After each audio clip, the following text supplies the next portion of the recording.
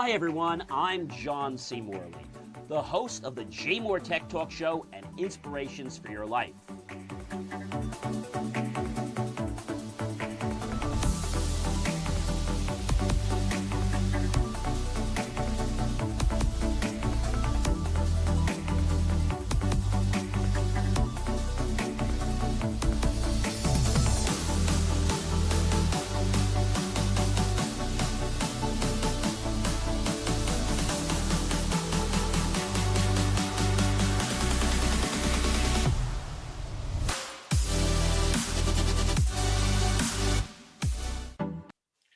Whoa, hello everyone, and welcome to the JMOR Tech Talk Show. It is Friday, April 10th, 2026, and it is my privilege and pleasure to be with you here. If this is your very first time watching or listening to the JMOR Tech Talk Show, I want to take the opportunity to say thank you and, of course, welcome to the show. If you've been here before once or many times, of course, thank you, but of course, welcome back. It's always great to have people that enjoy the quality and content of my show and want to keep watching it so they can gain more knowledge and wisdom. If you guys are thirsty, if you're hungry, feel free to go grab yourself an RO water or another snack or beverage. And yes, make yourself comfortable. I don't want anybody famished or thirsty here. So definitely get that beverage or snack, whether it's healthy or not. That's totally up to you. Don't forget to check out believemeachieve.com, of course, for more of my amazing, inspiring creations, which you guys can do 24 hours a day. That is, once the show is finished. All right. So let's just kick this show off because I think this is going to be another amazing show. I mean, we always have amazing shows. I think you guys know that by now. But let's just kick this show off. Are you ready, everyone? All right. So what they're not telling you about tech and why it matters. This is Series 5. It is show number 15. Oh, who am I? I'm John C. Morley, serial entrepreneur, engineer, marketing specialist, video producer, podcast host, coach, graduate student, passionate lifelong learner, and yes, next week, I will be a published author and really excited about that moment. So tonight, I'm talking about technology, how it's quietly shaping our thinking, our decisions, and ultimately our future. Because here, the truth most people will miss. It's not the technology that puts people behind. It's how they think about it. Their perceptions. And I've said this before, guys, your perceptions create reality. And in a world moving so fast, small thinking is the real risk. Are you ready for the first point? Yes. So here's how we do this. Every single week, we have brand new tech trends that come out, basically starting on Saturday, usually 2 a day, 1 in the morning and 1 toward the end of the day. And on Friday, I go through and basically give you more detail on them. So number 1 is think bigger than the moment. Technology evolves fast, but your vision must evolve faster. So what I'm talking about, if you're a little bit lost on this, is air traffic control. Failure is recently exposed. A deadly collision at LaGuardia may be tied to staffing issues and controllers handling multiple roles at once against SOP procedures. Heavy workload and shortages are pushing systems beyond safety limits. When critical roles are stretched too thin, well, it gets very risky and dangerous fast. Number 2, most people don't fail. They think too small. For too long, limitation in thinking becomes limitation in results. And so when we think about that, I want to refer to something pretty important. And that is this concept. And it's something that I think a lot of people today are missing. And that is this: Cambodia is cracking down on online scams. A new law targets scam centers responsible for billions in global fraud with prison time and heavy fines. Governments are tightening control as cybercrime scales fast. The crackdown shows how serious the threats have become, not just locally, guys, but worldwide. Yes.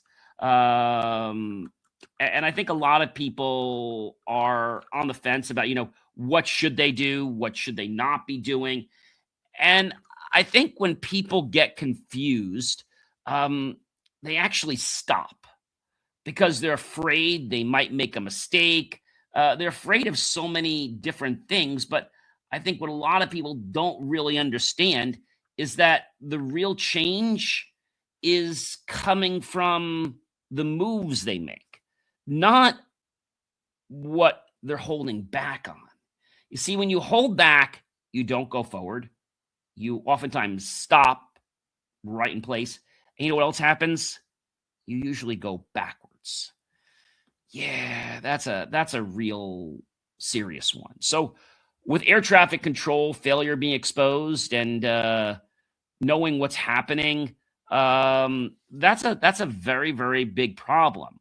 And I know a lot of you out there are saying to me, John, how can this be? And the answer I can say to you is very simple. It's that politics is starting to get in the way of policy and procedure. And I think, guys, that's a very, how can I say, a very different thing to understand, because you might be thinking one way and saying, well, gee, this doesn't matter. But, in truth, everything matters. And when something matters that much, it can cause a serious, serious problem. So, yeah, definitely a problem for us all to be, I would say, concerned about. And as things are happening with traffic control and jobs and SOP, at the end of the day, guys, it comes down to what? It comes down to doing the right thing, even when no one else is watching. And I think that's another big thing that a lot of people don't really get. They don't understand the fact that, by doing something today could actually save and keep them in a better place for the future. So these are some very important things, guys, that a lot of people, they just, I don't know if they don't want to know, or if they're just, how can I say, in this state of denial. What if I told you the biggest risks in technology this week aren't what you think? They're what's happening behind them. Huh? Because tech isn't just evolving, guys. It's quietly changing power, control, and how your life works. And that's enough to confuse anybody. We talked about the air traffic failure control, and one small mistake can take down an entire system. Forget that. It can remove people's lives, and that's priceless. So when people are overloaded, even critical infrastructure, it breaks down. And it's sad, but we don't learn these lessons, or I should say administration, the government doesn't learn these lessons until something happens. I never want anything to happen, but we need to be proactive, not reactive. And with these scams going on, what looks like opportunity is often a trap. My parents called me today saying that this guy wants their credit card to pay an overdue bill, but there was no overdue bill, and they hadn't charged anything on the card, so it was a complete scam. So scams are scaling like fast, really fast. Awareness is now putting people into something I like to call survival mode. Yeah, survival mode.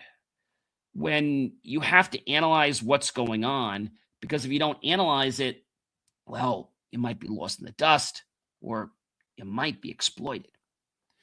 Number 3, guys, this week is about Google is under investigation again. So no company is too big anymore. Big tech is now under global scrutiny.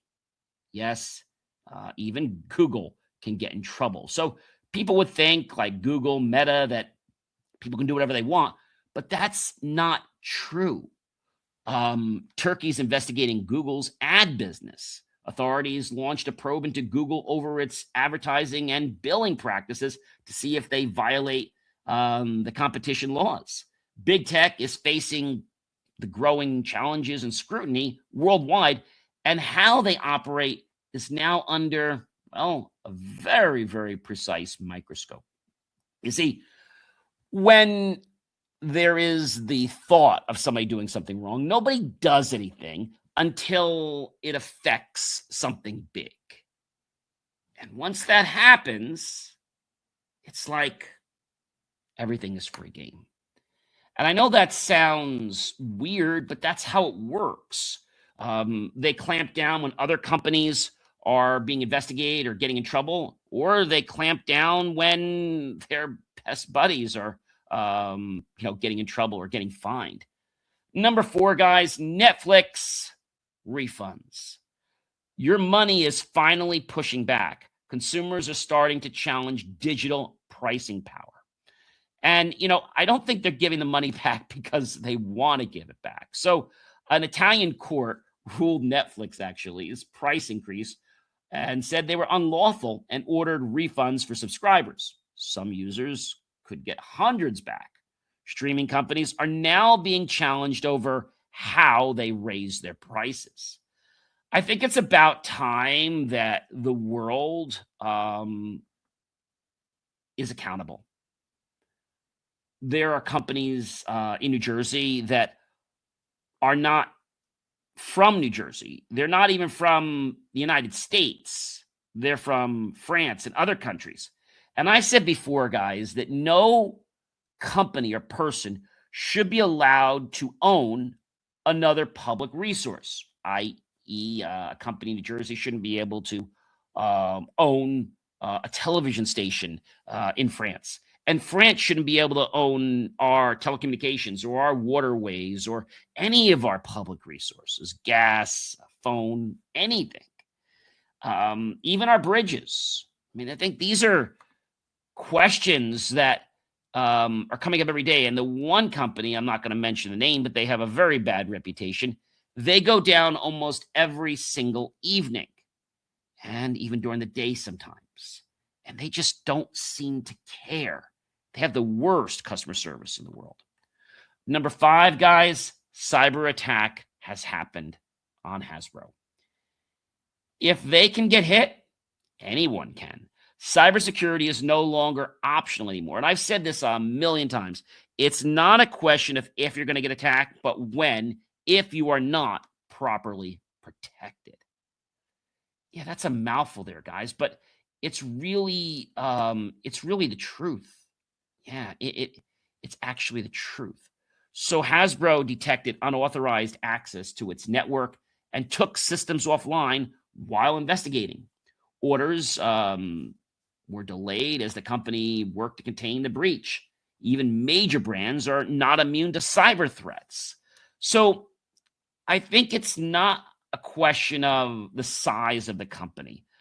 I think it comes down to, well, negligence, responsibility, accountability.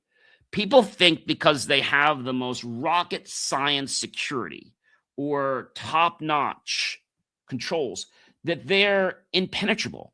But that's wrong. That's a fallacy that many of these companies have been living under for a decade. I think they've got to throw that mattress away. I mean, seriously. So number 6, guys, VPN crackdown is upon us. That's right. Everything just stopping, controlling the internet, controlling the system, all because of, well, the government.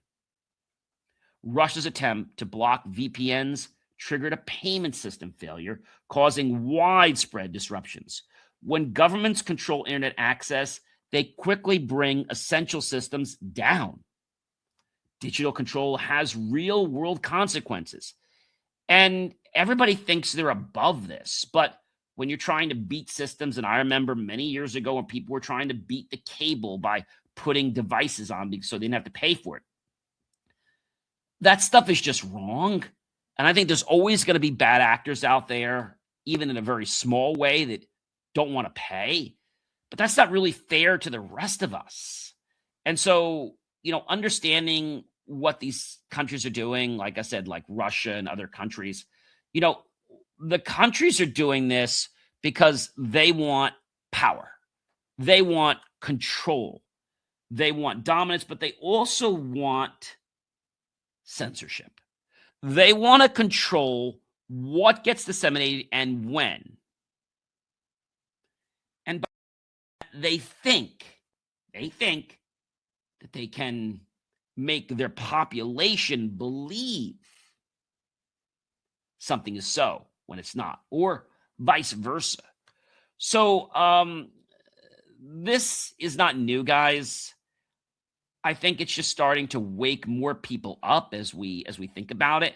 And as we think about this consequence that, a government being able to just shut down internet for whatever reason, and you're not doing anything wrong. I just feel there's something wrong with that picture. Now, not every government's going to shut things down, but it's happening a lot of places. And this is affecting commerce. This is affecting politics and many other areas. So this is becoming a geopolitical nightmare, if you want to know the truth. Number 7, guys, AI malware trap. What looks like innovation can be, well, an imperfection. AI is now being weaponized. This is just insane, guys. Absolutely insane. Hackers are hiding malware in AI code, and this leaked quite a few places. The leaked AI tool code is being reposted online with hidden malware in it. Which tool was this? Claude. People downloading it think they're getting tools, but they're actually exposing their systems. Cyber criminals are now exploiting the AI boom. When this first happened, the code was clean. But then somebody said, I think I can get one up on somebody. Maybe I can steal somebody's identity. Maybe I can even take some of their money quickly. Those are thoughts that you don't really think are happening, but they are. And bad actors don't care about you. They don't care about your family, your assets, or resources you have. And I want to tell a quick story on this. So there was a movie on TV a while back. Actually, I think it was actually on HBO. And there was this very highly influential gentleman who was executive at a very large publicly traded company. Well, one morning, he decided to use his credit card to purchase something, and it was declined. He immediately called his bank and found out that it was declined. So he says, well, how could it be declined? I have, so much money. He's like, well, your card is over the limit by like $100,000. He's like, I've never charged that. Well, you're responsible for it. And before he knew it, in less than 24 hours, his whole identity had been stripped. Something you read about in the movies. This is not something that's fiction, even though you think it is. This was based on a true story. So he couldn't get a new car, couldn't lease a car. He couldn't finance anything. He couldn't do anything that had to do with money because everything was suddenly not available to him because he was no longer that person. And he was just like so floored. And he was so frustrated. He had hired attorneys and people, but nobody could help him. So he decided to do something that was a little bit off the beaten path and a little dangerous. He decided to figure out who this person really was and go after them. It was a lady that lived in another state. And he found out where she was. He flew out to go see her.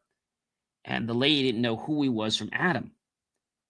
And when he told her his name and stuff, she's like, "Oh, hon, this is my business. I do this for a living." And he's like, you robbed me of my identity, of my money, of funds I need to pay for my kids' college and schooling, and me not being able to even live. And she came back and said, "Well, think about me. I couldn't live for many years. So now it's payback time." He's like, "Well, what did I do to you?" "Nothing. You're just another, sore loser that fell into my trap." "What trap?" "I confiscated your credit cards, got online, I printed your credit cards, I use them whenever I need to, and I basically am you." So he didn't let this lady up. He didn't go to the police or anything like that. He just was on this lady like crazy and not leaving her alone. Finally, after wearing her down for many, many weeks, because nobody had ever done this before, they needed to get gas for the car. So he's gas in the car. "Oh, here's my file. I have like 500. Just pick one of them." And the thing about this that was really strange is that she was just printing credit cards. And if they ever went bad, she'd just throw them out and buy another one. And so I think the issue with this was that he was a number in the system, and that number basically caused a matchup with him because of something he did. Something was not properly protected. So he wound up dragging her back to his state and saying that you're going to fix all of this. You're going to tell my boss. You're going to tell everybody this. And you're going to fix this. And if you don't, you're going to go to jail. So she fixed every little bit, but he had to really stay on her.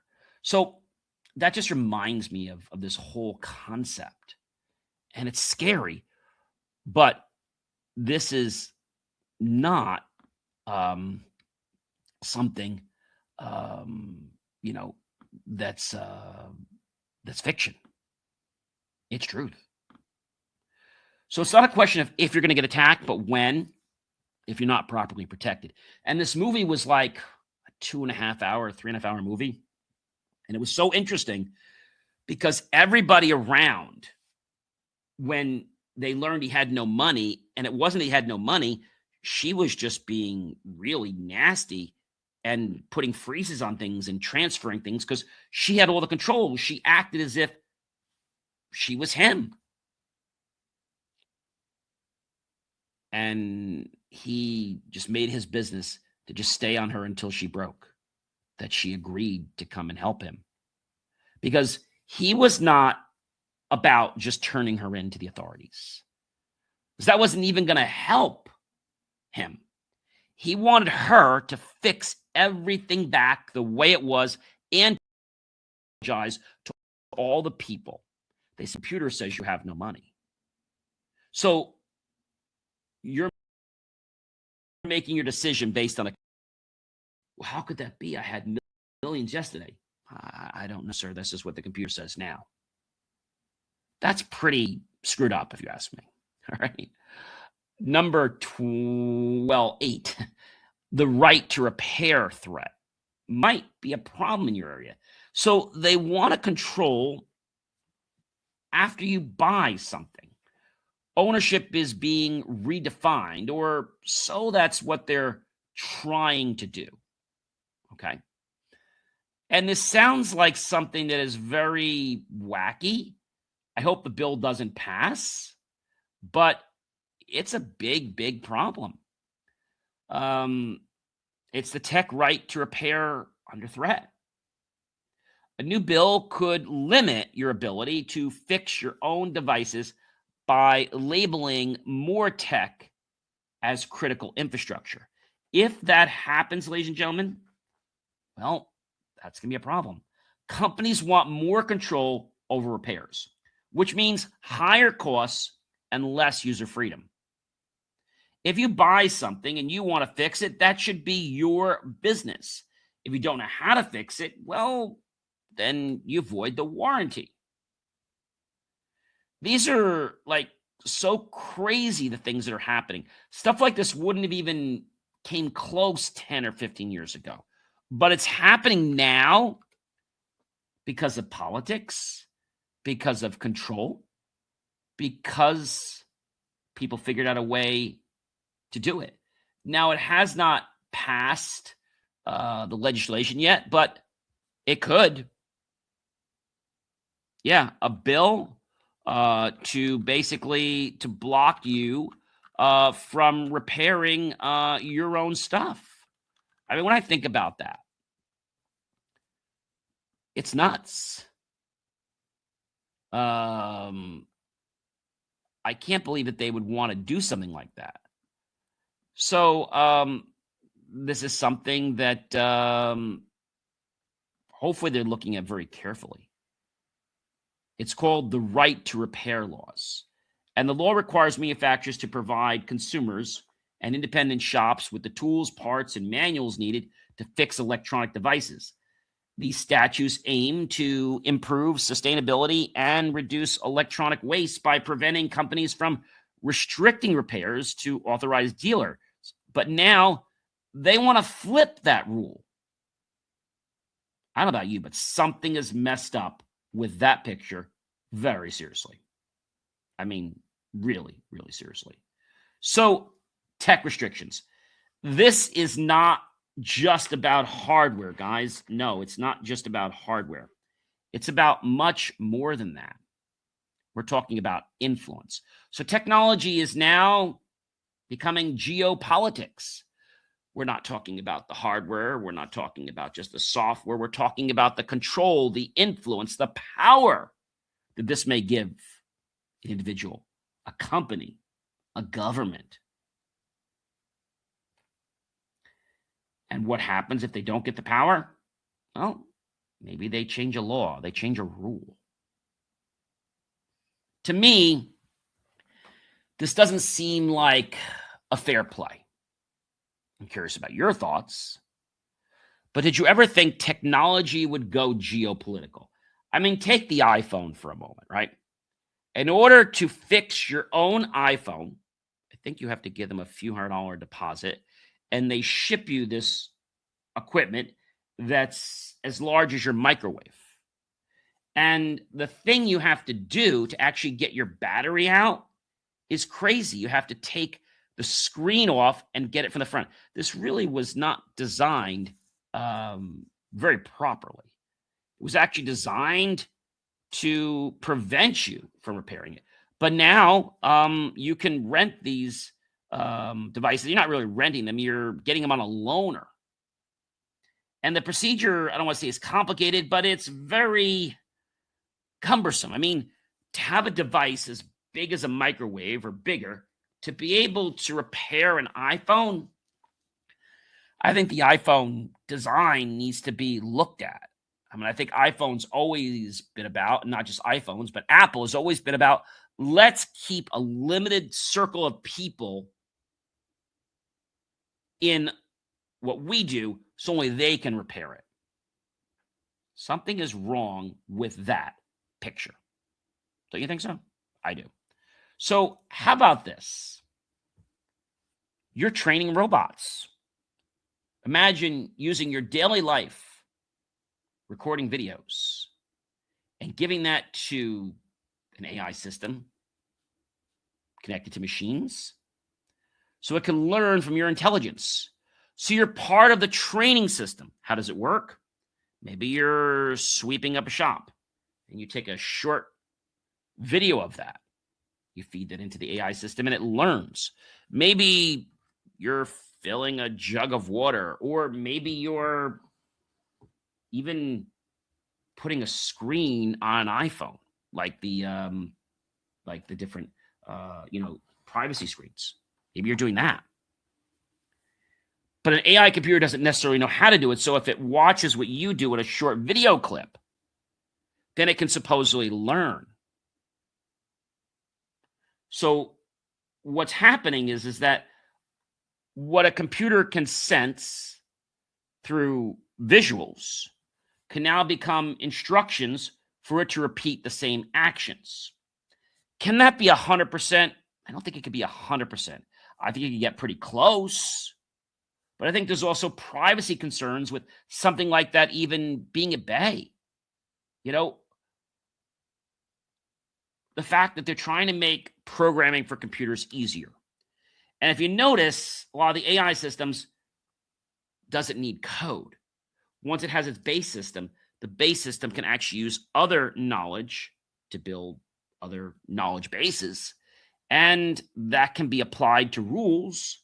And then it can perform certain outputs, answer queries, or output other data, render things, etc. So that's an interesting caveat that one company is starting to explore. Number 11, guys, airport security shift. Cheaper systems, higher risk. Efficiency versus safety is the real debate.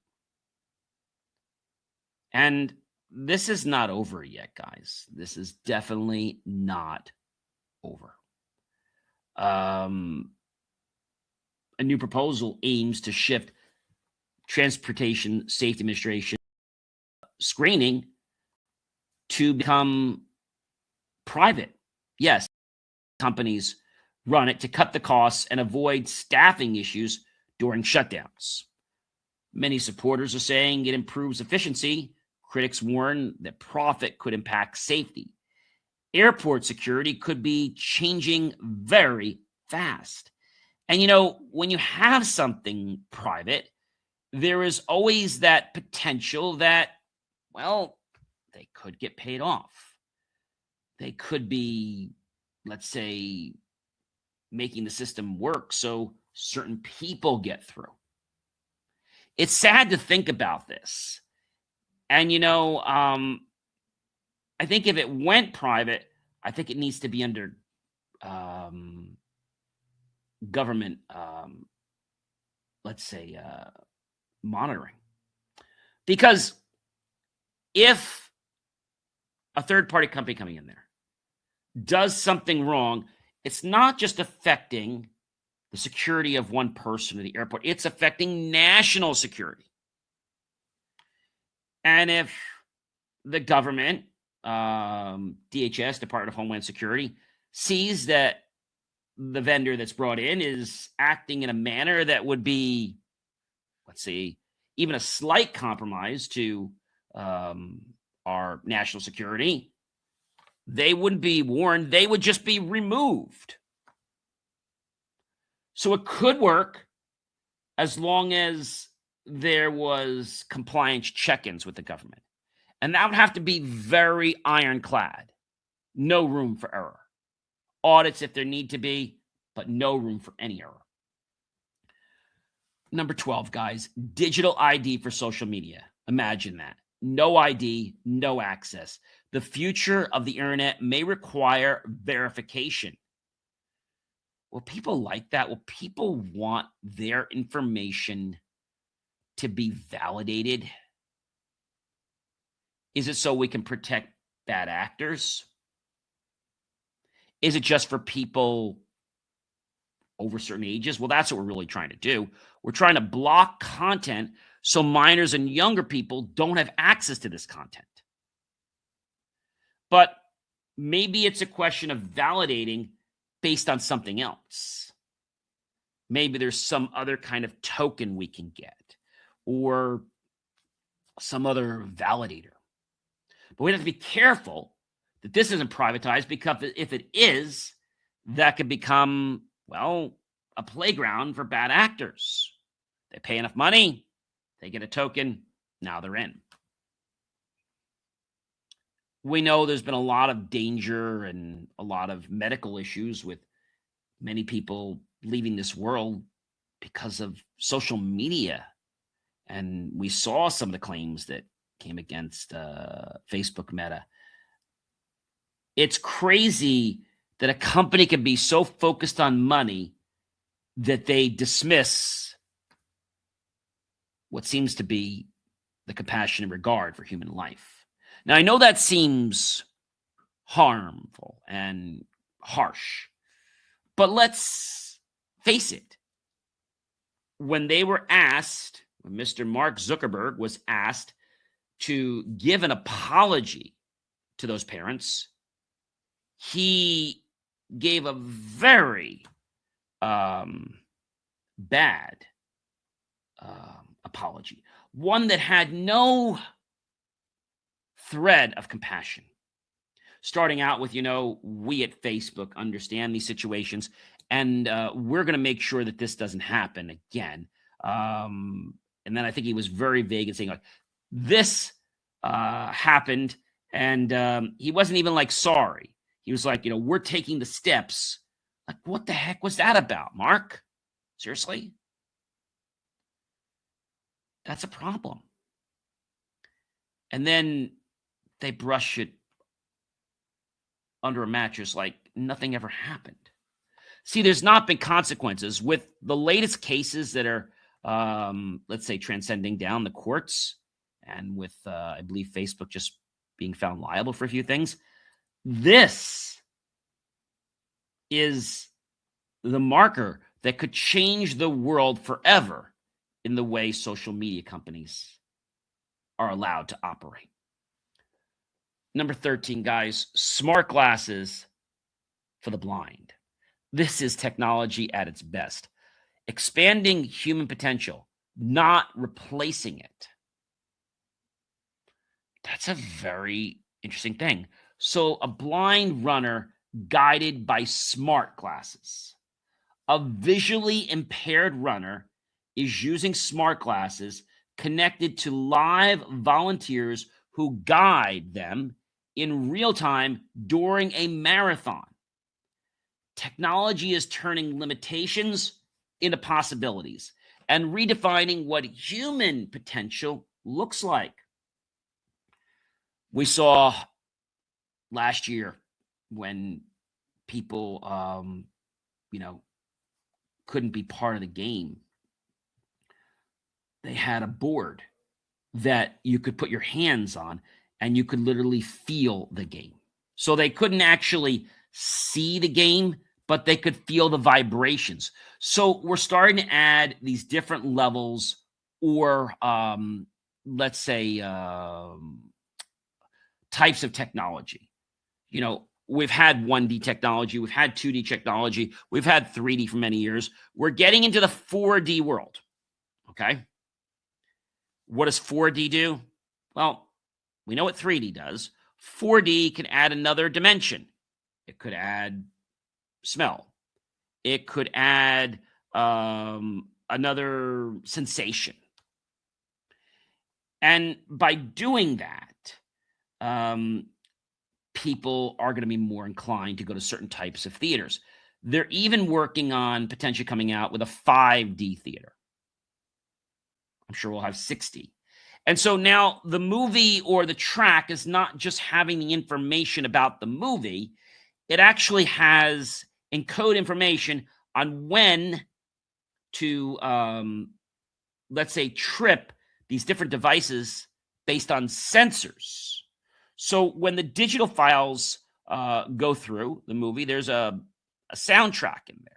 And in the soundtrack, they can also embed other codes. A little bit of example on this. When I was in high school, and I remember this is my high school, Newman Prep, for any of you guys remember. I remember going to a open house. And I remember going to it. And I remember 2 projectors. And I remember the music.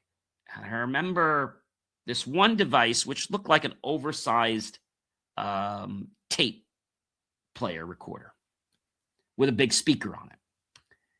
And I remember going there. And I remember going to this open house. And I got to tell you, what I saw was amazing back then. When the track, in this case was a cassette, was playing, it not only told the projector to advance, but first it would tell it to dim the light bulb and then advance. And then so you could do dim light bulb, you could pick which projector was on, and it was really neat. The tricky part about this was the tricky part. You had to do the slides in odd and even. They're probably saying, why? Okay, so when you have one slide, both projectors, when we said advance, both projectors would automatically rotate. If this was on one, this bulb would go out, the other bulb would come back on. Because if both projectors had slides in the odd and the even slots, well, then you would have two images on the screen. This impressed me so much that when it was, I believe, my junior year, I reached out to Mrs. Rowe and another lady who was actually the main head of the library. Still remember her to this day. And I asked that lady, Mrs. Rowe, I said, they had a media room. I said, I would like permission to use this projector and this sound, basically it was a sound recorder, player, encoder, presenter. And so I remember when I first started using it, I had the two projectors set up and I had the device right there. And so the way it would work is when you have the song on a tape and you want to, let's say, choreograph that with your show, you basically would press the button for record for the signal. And that would be stored on the tape. Now, here's the other part that was interesting. If you took this tape out and put it into a regular tape player, okay, you would hear not just the music, but you'd hear the beep, beep, you hear the different tones. So it was using tones to basically advance the projector either forward or backward, and then it would also have another tone to cause this bulb to go out and this bulb to come on. That was really cool. I got an A for that project. And so that technology was available back then, but now we're doing this digitally. So that's a big difference. We were starting to do it back then. It really wasn't digital. It was an analog signal being put on one part of the track. So in the right for stereo, one track was being used for basically all of the control signals. The other one was being used for your music. That was amazing. So that was, if we want to think about it, that was actually the beginning of 4D technology because, well, we have the projector turning, right? We had the image up there, and really we could call it 2D or 3D because so when the image was coming up on the screen, that's one, right? The second thing was that we had a sound, so you could add technically something for that. 3, we had a signal that was driving the Kodak carousel projectors to rotate, okay? The fourth thing was a signal that caused the bulbs to go off and then on. This was amazing. I was the only student at our school given permission to use this machine. The projectors were basic Kodak carousel, projectors. You put the wheel in and, it would spin around. You had 2 of those. And the machine that they used, I think the machine had to be somewhere around, at that time, $1,200, maybe a little less. But it was very cool because I never saw any other presentation done like that. Now, of course, there's ways to do that, but back then, to be able to start issuing control signals on a tape, that was very high tech. So how's it going to happen in the movies? Same thing. They're either going to A, put it on the side of the track, or they're going to make another track. I think what they're probably going to do is they're going to use the same track and they're going to embed a code on there that is only digital, which means you cannot hear it. So if you play it on something else, it will not be basically read. And so the way you do that is when you put the signal on there, you have a certain sensor that can read that. Okay. Now, because this signal has to be done in such a way that you don't want it to play on other devices, it gets a little tricky. But the thing that really amazed me about this presentation system, and when I, execute it, people were like they were in awe of this. They were even more in awe of my presentation than the school's welcome presentation. And so it was actually the guidance department that did it. So I had to talk to the guidance department to find out where it was and to get permission from them. And it was stored in our library's media room. And then I got access to the media room. And then I was allowed to sit in the media room and play with it right then and there. Now, they didn't let me take it out of the media room for a while. When I did my presentation, I worked on it. And then when I had to take it to my class, they let me bring it to the classroom and then back. But they didn't want this thing moving all over school. So I just thought I would share that. That's an example of how technology we can have encoding to do things like Disney's doing this, right? So when you go to something like It's a Bug's Life, and the play, the show is on, you hear the show and you see the show, and they have effects, right? But they also have a track in there so that when certain times happen, you get a skunk smell. Another time you get water sprayed on you. Another times there's a mechanical coming out of the seat that you can feel in the back of your hind legs. And they actually say, now our friends can leave, not you. And then you feel these, they're mechanical thing. It's like, it just kind of like pushing through your skin, not pushing through your skin, but basically you could feel them very gently pushing against you. And it was a very weird kind of feeling, but this is what people want. They want 4D, they want 5D, they want 6D. And as we add more of these sensations to something, it means we've got to store more data, process more data, and we've also got to synchronize that data. So when you think about video production, you think about, the screens that come up, the effects we use, those are different tracks. And those tracks are basically right alongside your other tracks, like your audio and your video tracks. And these are effect tracks. And so in DaVinci Resolve, we call it an FX. And so these FX tracks are pretty cool because you can write whatever effects you want. You can use the built-in ones, or you can write your own. And this is where things are going. We're going to see other things that you can add in there. So where that FX track is, there might be something in there called animation.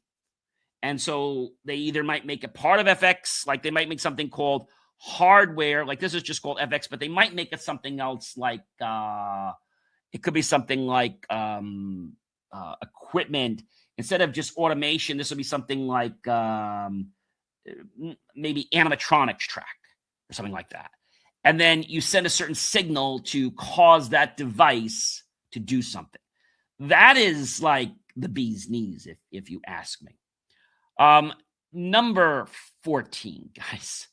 AI-powered cars. Your car won't just drive. It will think for you. Well, maybe not really. Vehicles are becoming intelligent platforms. It's no longer just a vehicle you get in. They are learning about their users and about the environment to which they are part of. That's amazing to me. So cars are becoming AI-powered machines. A new plug-and-play AI system is transforming vehicles into intelligent platforms that can process data in real time and enhance safety performance and user experiences. The future of driving is shifting from hardware to intelligent software. And I think the more that we see this is going to be pretty cool. But I think the big challenge for a lot of people is, confidentiality, security, what information is being shared.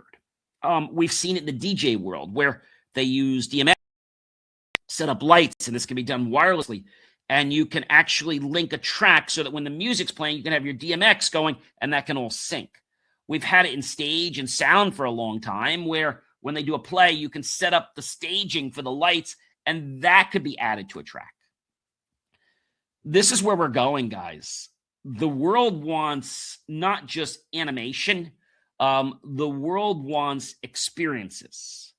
And so when we have more devices, we have more things like accelerometers to tell the positions, like in robots. We have more sensors so that we know what a position is, but we've also got more probability of things actually breaking down. Yeah, that's the truth, guys. So we have to try to make this in a way that is going to be very conducive. There's even some things out there today that are using technology from the internet. You're talking about devices from stuff that will help kids all the way up to adult devices. And so these things are sharing data over like your phone, a Bluetooth, and they're getting encoded and passed via the internet. And although there's no personal information being shared yet, there's still an account. And if somebody can get into an account or get into the device, and that device is able to connect back to the cloud, and you can read the data off of the cloud from that server, that's a problem, guys. Encryption is not something that the animation world, or I should say this new 5D, 6D world is thinking about. They're just thinking about giving a user an incredible experience that they can't get anywhere else. And the only place you can get this right now are certain amusement parks, certain theme parks. When you think about a ride, anything like, there's one like Aerosmith, there's the Yeti at Disney, and there's lots of others. And there's so many things that have to go into play from safety. A lot of these rides have 3, 4, and even more safeties. Because if one safety fails, that's a problem. But the way the system works is if one safety is tripped, it causes a certain level of alert. A lot of these will work in the way that it takes maybe 2 safeties to trip to cause a serious problem. Because they know one may trip. But if there's like 4 or 6 and they need 2 to trip, this lessens the likelihood of false positives. And so sensors are anywhere from, LED, laser, mechanical. And these devices, let's face it, they do wear out. So as we, as a society, are asking for more things, more thrills, more experiences in our rides, we have to be concerned about our safety, our software. And what happens with this software and these sensors, they are constantly calculating. So if something is out of alignment, a lot of the old ones, what they would do is if it just trips the sensor, that's it. The new ones are doing more than that. They're doing calculations to figure out the position because the position might be different every time. And this is what's happening when we're getting into 5D and 6D worlds. When we talk about a regular roller coaster, something as simple as, going forward and maybe doing something as simple as some of them go backwards, and even doing something that has to make sure that certain speeds are maintained or aligned, knowing that certain engines get turned on or certain motors get turned on after certain points because of the track. These are all sensor-based. And how a lot of them work today is when the actual cab, I'll call it the cab of the ride or the vehicle, car, when they hit certain parts of the track, they trip a sensor. The sensor comes back to the software and says, okay, what's the position of the roller coaster right now? Okay, it's currently at okay, it's good. Let the ride go. If it's not, we'll make an adjustment to this. So we're going to see more and more of that, as opposed to just a sensor that stops a ride or an elevator that just stops because of a safety condition. They're going to try to be more proactive. But in doing this, it causes complications, because what if they make the wrong calculation? Now we've got to have sensors in place to be able to defend what the first thing did wrong. This is like blowing my mind. I'm sure it's blowing yours too. I hope you guys enjoyed this. This week proves one thing. Technology is not just changing tools. It's changing power. It's changing control. It's creating influence. It's changing you. And the people who win in this world are not the ones who react. They're the ones who truly understand. Ladies and gentlemen, I ask you to stay aware, to stay sharp, and stay ahead. And good technology is not bad. It's a tool that we have, and how we use it makes it so. It has been an amazing privilege and pleasure to be with you on another JMOR Tech Talk Show. You can always catch this episode and all the others by visiting believemeachieve.com, as well as all my other shows and articles and reels and so much more. We're about tech trends. We're about AI in the new revolution, cybersecurity, future tech, and a digital future. But I think it's not just about the building blocks of AI. It's about, of course, the logistics, but also the ethics and the morality. So ethics deals with what's within a certain SOP or rules, and morality deals with what's right and what's wrong. And that is actually defined by our core values of who we are, which makes up our integrity.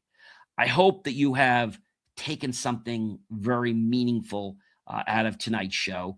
And I hope the next time that you see these different types of technologies, you will appreciate not only how they work, the safeties, and the way they need to be deployed in our world, so that they not only are safe and fun, but they respect the culture and they respect the world, the information, the people that's in it.